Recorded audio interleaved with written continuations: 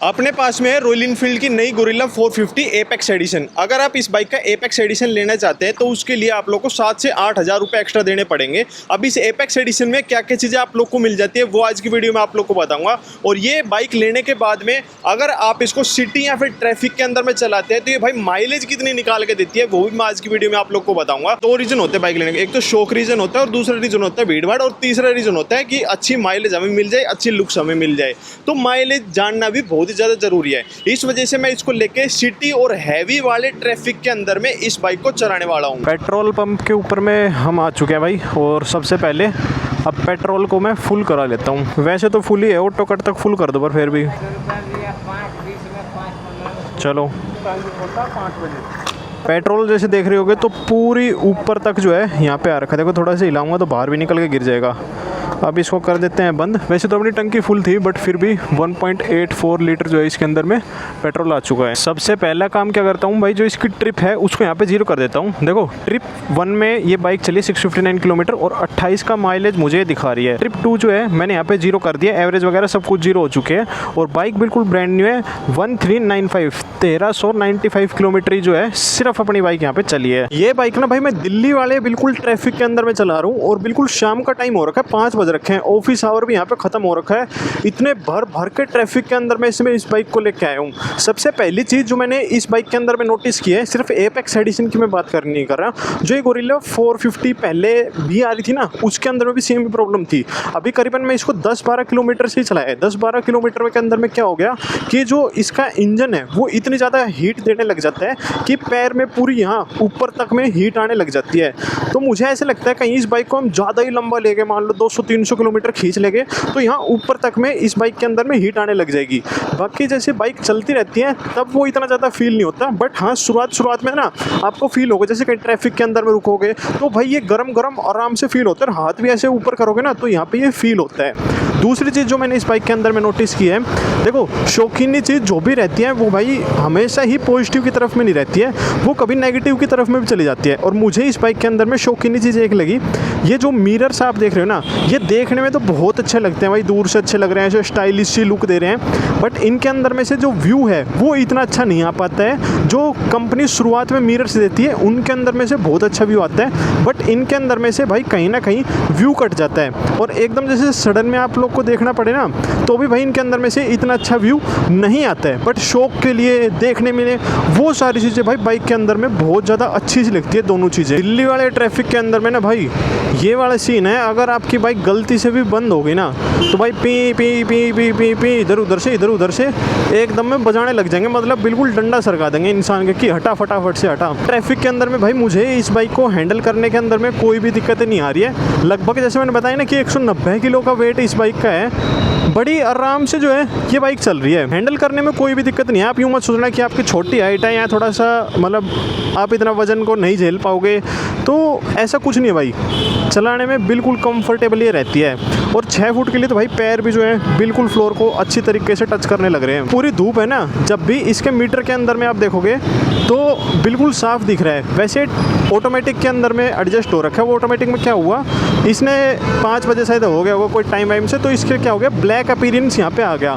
बाकी ये white appearance के अंदर में था, ब्लैक के अंदर में भी कोई ऐसी दिक्कत नहीं आ रही। धूप में बिल्कुल अच्छा सा व्यू ये दे रहा है मुझे। बाइक का ना ऐसे ट्रैफिक के अंदर में बहुत ज़्यादा फ़ायदा होता है भाई, साइड में से किसी तरीके से भगाई लेके चले जाओ। मैं इस बाइक को बिल्कुल भी ऐसे नहीं चला रहा हूँ कि भाई मैं माइलेज निकालने के लिए चला रहा हूँ, नहीं भाई। जितने नॉर्मल इंसान एक बाइक लेने के बाद में अपने हड़बड़ाहट में घर जाता है ना, उस तरीके से मैं बाइक को चलाने लग रहा हूँ। यूँ भी नहीं कि मैं बिल्कुल रैशली ड्राइव करने लग रहा हूँ, नहीं भाई, बिल्कुल जहाँ मुझे एक्सेलरेशन देनी पड़ रही है वहाँ मैं एक्सेलरेशन दे रहा हूँ, इस तरीके से चला रहा हूँ। मेरे को कोई वो सीन नहीं है कि माइलेज निकाल के दिखानी है, क्योंकि माइलेज मैं आप लोग को निकाल के दिखा दूंगा भाई, इसकी 40 की 35-40 या फिर 50 की। तो कल को आप इस बाइक को लेते हैं वीडियो को देखने के बाद में कि भाई नहीं उसने बोला था इतनी की माइलेज देती है, और फिर वो माइलेज आपको नहीं निकल के मिलेगी तो वो चीज़ गलत हो जाएगी। तो एक्चुअल माइलेज आनी बहुत ही ज़्यादा ज़रूरी है। मैंने मान लो 5th गियर के अंदर में डाल रखी है, 40 की स्पीड मेरी बाइक चल रही है। अभी जैसे मैंने एक्सेलरेशन दिया अभी आवाज़ आने लगी, और जैसे ही 3501 RPM पे मेरी बाइक गई उसके बाद में आवाज़ एकदम से कम हो गई। और जो शुरुआत में आवाज़ आती है ना, ये भी भाई बड़ी अच्छी सी लगती है। 50 की स्पीड पर बिल्कुल 5वां गियर काम करता है। जैसे आप एक्सेलरेशन दोगे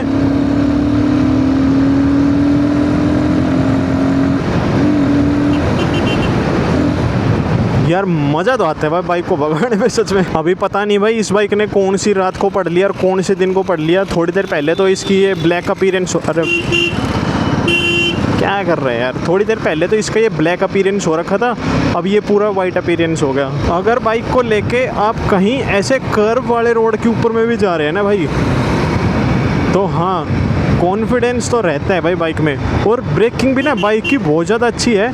ड्यूअल चैनल ABS यहाँ पे दे रखा है, और जैसे आगे वाला ब्रेक ना वो मुझे इस बाइक का बहुत ज़्यादा इफेक्टिव सा लग रहा है। इनफैक्ट इस बाइक में नहीं, हर एक बाइक के अंदर में यही वाला सीन होता है, जो आगे वाला ब्रेक रहता है ना वो बहुत ज़्यादा इफेक्टिव है। और हर एक गियर के अंदर में बाइक में पावर है भाई। मतलब जैसे अभी 6th गियर के अंदर में चल रही है ना, जैसी एक्सेलरेशन दूंगा तो मेरी बाइक क्या है एकदम से भागने लग जाएगी। फिलहाल में तो उस स्पीड के ऊपर में मैच नहीं कर रही थी इसकी RPM, तो इस वजह से नहीं हुआ।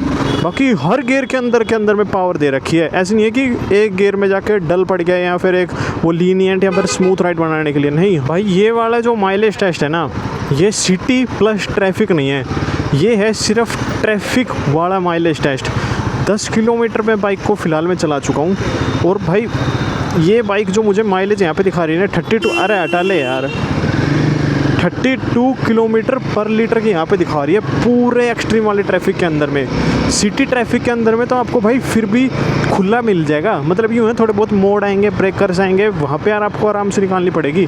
बट यहाँ पर तो पूरा ही तेरी, यहाँ पर तो पूरा ही ऐसा दे रखा है कि रुकना रुकना रुकना, कोई यो ब्रेक मार रहा है, कोई यो आगे घुसा रहा है, कोई यो कहीं खिड़की खोल रहा है। भाई हाईवे के ऊपर में बाइक को लेके आ चुका हूँ। 452 सीसी का जो इंजन है वो 39.4 bhp और 40 Nm का टॉर्क निकालता है। और कंपनी जो बाइक की माइलेज क्लेम करती है वो 28 किलोमीटर पर लीटर की करती है। और जो इसकी माइलेज क्लेम की जाती है अगर आप ऑनलाइन साइटों पे देखोगे तो 28 किलोमीटर पर लीटर की है। और वैसे मीटर के अंदर में भी जो दिखा रहा था, ट्रिप 1 जो थी उसके अंदर में भी 28 किलोमीटर पर लीटर की थी। बट एक्चुअल तो अभी पता चलेगा। 12.3 अपनी बाइक चल चुकी है, लगभग 12 किलोमीटर का जो डिस्टेंस है मैंने पूरे भरे ट्रैफिक के अंदर में से क्रॉस किया भाई। मतलब आप बिल्कुल एक्सट्रीम वाले जिसको कहते हैं ना वो वाले पे। अब मैं इस बाइक को लेके हाईवे के ऊपर में आ चुका हूँ। बट हाईवे के ऊपर में भी बिल्कुल पीक टाइम हो रखा है, जैसे मैंने बताया था। अभी आपको शायद आगे ना दिख रहा हो बट मुझे दिख रहा है पूरा जाम भरा पड़ा है, पूरा वाला जाम। और ये जाम पूरा ठुक के रहता है। बाइक टॉप गियर के अंदर में एक बार भी चलेगी, वो तो मैं ज़बरदस्ती इसको 6th गियर के अंदर में चला रहा हूँ। बट जो रहती है ना एक स्पीड के अंदर में बाइक चले, वो वाली चीज़ नहीं चलेगी। देखो शायद अब आपको दिख भी जाए, आगे पूरा का पूरा जाम यहाँ पे भरा पड़ा है। बिल्कुल पैक वाला ट्रैफिक अब आ चुका है फिर दोबारा से। और ये पूरा जितना भी डिस्टेंस मैं चलूँगा ना पूरे ट्रैफिक के अंदर में चलेंगे। अब इस एपेक्स एडिशन के अंदर में ना एक चीज़ हुई है कि जो इसका हैंडल बार है, एक तो ये एल्युमिनियम का कर दिया है, ऊपर से जो ये हैंडल बार है 56 mm नीचे हो चुका है, 56 mm यानी कि 5.6 सेंटीमीटर नीचा हुआ है। और 5.7 सेंटीमीटर ये आगे की तरफ में हुआ है, 57 mm ये आगे की तरफ में हुआ है। ठीक है, अब इस चीज़ से हुआ क्या है, थोड़ी सी स्पोर्टी लुक जरूर आ गई है, क्योंकि अब बैठने की पोजीशन यूँ आगे की तरफ के झुक के हो चुकी है। अब इस चीज़ का एक एडवांटेज भी है, डिसएडवांटेज भी है। एडवांटेज ये रहेगा जिनको थोड़ी सी स्पोर्टी लुक पसंद है और थोड़ा सा झुक्के से चलाना पसंद करते हैं, तो उन लोगों के लिए तो बाइक बिल्कुल परफेक्ट है। बट जिन लोगों को ये रहता है ना कि नहीं भाई मुझे गोरिल्ला ही चाहिए और ऐसा नहीं चाहिए कि आरामदायक बाइक चाहिए, तो इसका जो एपेक्स एडिशन को छोड़ के इसका नॉर्मल बाय करना ठीक रहेगा। क्योंकि इसके अंदर में जो आगे झुक्के वाली पोजीशन रहती है ना, इसमें अगर आप लॉन्ग राइड में बाइक को लेकर जाओगे तो कहीं ना कहीं आपको ये फटीग फील करा सकती है। नॉर्मली लॉन्ग राइड पे जो बाइक रहती है, क्रूज़र बाइक रहती है। क्रूज़र बाइक क्यों कंफर्टेबल रहती है, क्योंकि उनके अंदर में एक तो पैर की पोजीशन आगे की तरफ में रहती है, पैर नहीं थकते। हैंडल बार की पोजीशन यूँ स्ट्रेट रहेगी, यूँ ऐसे झुक के इंसान नहीं बैठेगा, तो इन वजह से क्रूज़र बाइक के ऊपर में ज़्यादा कंफर्टेबल रहता है। बट इसके अंदर में सीन क्या कर दिया, लुक के चक्कर में नीचे वाली फील दे दी है। तो थोड़ा सा आप कंफर्ट की तरफ में ज़्यादा देखना चाहते हैं तो एपेक्स से हट के नॉर्मल वाला आपका ठीक है। बट यूँ भी नहीं बोल रहा हूँ कि मैं कि भाई ये बहुत ही ज़्यादा दुखी आप लोग को कर देगी, ऐसा भी कुछ नहीं है भाई। समय के साथ में सब लोग एडजस्ट हो जाते हैं सब चीज़ों के साथ में, तो कहीं वो आपको दुखी वाली चीज़ नहीं आएगी। एक चीज़ और बताता हूँ इस बाइक के बारे में, देखो सीधा ना एग्जाम्पल मैं आप लोग को दिखाता हूँ। जैसे मैंने यहाँ पे खड़ी कर ली बाइक को, अब मुझे सडनली इस साइड में जाना है, तो जो इसका हैंडल है ना वो इतना ज़्यादा नहीं कटता है, वो थोड़ा सा कम कटता है नॉर्मली बाइक से। अगर आप इसको कंपेयर करेंगे, मान लो स्प्लेंडर से अगर इसको कंपेयर कर रहे हैं, स्कूटी से इसको कंपेयर कर रहे हैं, तो स्कूटी वगैरह में क्या होता है, उनके अंदर में कटाई थोड़ी ज़्यादा होती है, तो आराम से आप किसी तरीके से इधर करो, इधर करके निकाल लो तो निकाल सकते हो। बट इन बाइक को, इस गोरिल्ला के अंदर या इन बाइकों के अंदर में ना ये वाला सीन नहीं रहता है। ज़्यादा बड़ी बाइकों के अंदर, स्प्लेंडर की खैर मैं बात नहीं कर रहा, कि पूरा ही हैंडल आपका कट जाएगा थोड़ी सी। अगर आप नॉर्मल बाइक से हट के इस गोरिल्ला के ऊपर में आ रहे हैं तो आपको हाँ थोड़ा सा फील होगा कि इसका जो कटाई है वो थोड़ी सी कम है। और इसी में नहीं, मोस्टली बाइकों के अंदर में यही वाला सीन रहता है कि उनके अंदर में जो हैंडल की कटाई रहती है वो ज़्यादा नहीं हो पाती है। देखो अब दिखेगा ट्रैफिक आपको, पूरा भर के ट्रैफिक है, पूरा भर के। एक तो आज फ्राइडे हो गया, सैटरडे संडे लोगों की छुट्टी रहती है और ऊपर से पीक टाइम हो गया, तो सब अपने घर की तरफ में भाग रहे हैं। तो 12 से 16 किलोमीटर, 17 किलोमीटर, यानी कि मोटा मोटा 12, 4, 5 किलोमीटर, 5 किलोमीटर बिल्कुल खड़े वाले ट्रैफिक के अंदर में से इस बाइक को लेके आया हूँ। अब जाके 2-3 किलोमीटर का ये खुला सा रोड है, यहाँ पे थोड़ी बहुत बाइक चल जाएगी एक गियर के अंदर में। और माइलेज जो शुरुआत में 32 की दिखा रही थी, अब 30 की जो है ये यहाँ पे शो कर रही है। माइलेज का यहाँ पे ड्रॉप आ चुका है भाई। थोड़ा बहुत तो यार इसका हाथ ऐसे दुखता है। यहाँ तो मैंने बहुत लंबे समय बाद में इतनी लंबी बाइक चला रहा हूँ, मतलब इतने दूर लेके जा रहा हूँ बाइक को, तो इस वजह से दिक्कत आ रही है।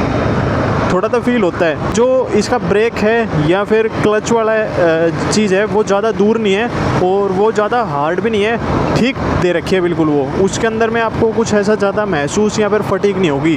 और जैसे गियर शिफ्टिंग भी हम बाइक के अंदर में करते हैं तो उसके अंदर में भी कोई फटीग आप लोगों को नहीं होगी।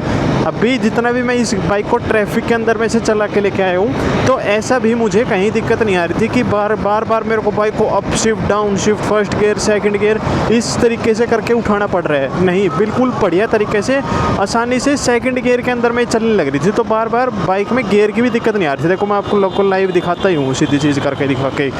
बिल्कुल 0 की स्पीड पे मैंने बाइक को कर लिया यहाँ पे और अब सेकंड गियर के अंदर में उठाता हूँ। देखो बाइक को थोड़ा सा तो देखो एक्सेलरेशन देना पड़ेगा, ऐसे नहीं कि बहुत ज़्यादा, मतलब थोड़ा सा ही आपको देना पड़ेगा। बट आपकी बाइक क्या है, सेकंड गियर के अंदर में उठ के चल देगी, कोई भी दिक्कतें जो हैं नहीं आएंगी। तो ट्रैफिक में चलाने में कोई भी दिक्कत नहीं आएगी। और ऊपर से ट्रैफिक के अंदर में मुझे ऐसा लगता है कि लोग बाइक फ्रंट वाले ब्रेक का ज़्यादा यूज़ करेंगे तो वो इफ़ेक्टिव भी है। जो इस बाइक की सीट भी दे रखी है ना वो हार्डर साइड में ही दे रखी है, सॉफ्ट नहीं है। तो कभी कभी आपको ऐसा ज़रूर महसूस होगा कि वो थोड़ी सी सॉफ्ट हो जाए तो और ज़्यादा कंफर्टेबली बाइक चल जाए और ज़्यादा मज़ा आए।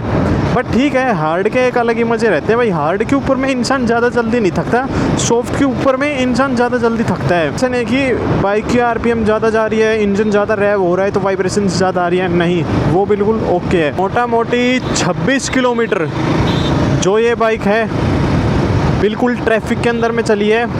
और अब भाई खुले वाले रोड के ऊपर मैं बाइक को लेके आ चुका हूँ। अब मतलब जो भी रास्ता आएगा वो बिल्कुल खुला है। आज ना भाई बाइक को चलाते हुए तीसरा दिन है। 2 दिन जो है ये मैंने बाइक बिल्कुल लोकल में चलाई थी।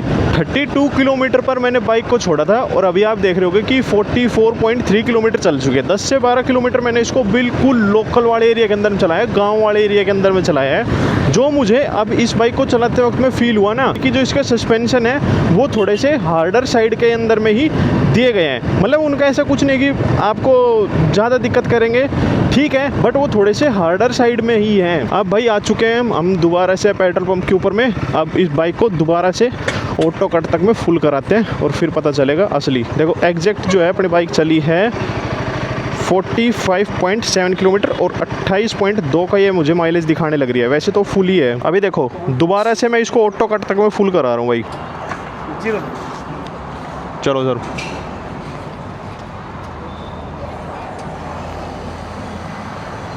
हाथ डालो नोजल से कर, ऑटो कट मार गया।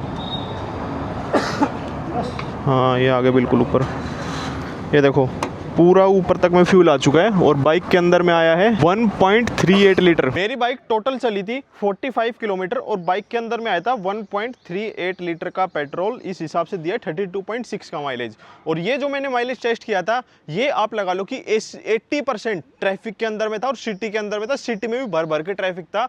20% ये बाइक सिर्फ खुले के अंदर में चली है और 20% भी भाई ऐसे नहीं चली कि एक गियर के अंदर में चलने लग रही है। बाकी गांव गली हर जगह मैंने इस बाइक को चलाया।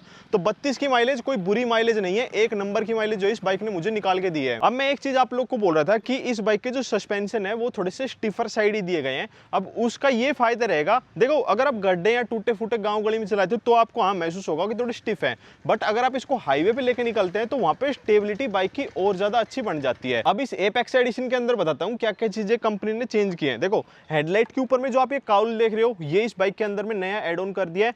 हैंडल बार का मैंने आप लोग को बता दिया था, जो नीचा और आगे की तरफ में किया है वो स्पोर्टी लुक के कर दिया है। पीछे की तरफ में जो आप ये काउल देख रहे हो ये इसके अंदर में नया एड ऑन किया है। बाकी टायर साइज बिल्कुल सेम है। अगर आप इस काउल को हटाना चाहते हैं ना तो यहाँ नीचे 2 नट दिए गए हैं, ये काउल आपका हटा के आप घर भी रख सकते हो। बाकी जो टायर का साइज है वो बिल्कुल सेम है, बट पहले सीएट के टायर आते थे, अब वर्ल्डस्टाइन के टायर जो है यहाँ पे कर दिए हैं। और कोई चेंजेस नहीं है, सिर्फ लुक और स्पोर्टी एग्रेशन जो है इस बाइक के ऊपर में नया एड ऑन कर दिया है। अब ये वाली चीज भी जैसे मैंने बताई थी आप लोग को, लुक्स के लिए तो भाई बिल्कुल ठीक है, बट अगर आप प्रैक्टिकली देखोगे तो इसके अंदर में से इतना अच्छा व्यू नहीं आता है। बाकी कैसी लगी आप लोग की वीडियो, कैसी लगी माइलेज, नीचे कमेंट करके जरूर बताना। जय श्री राम, जय बजरंगबली।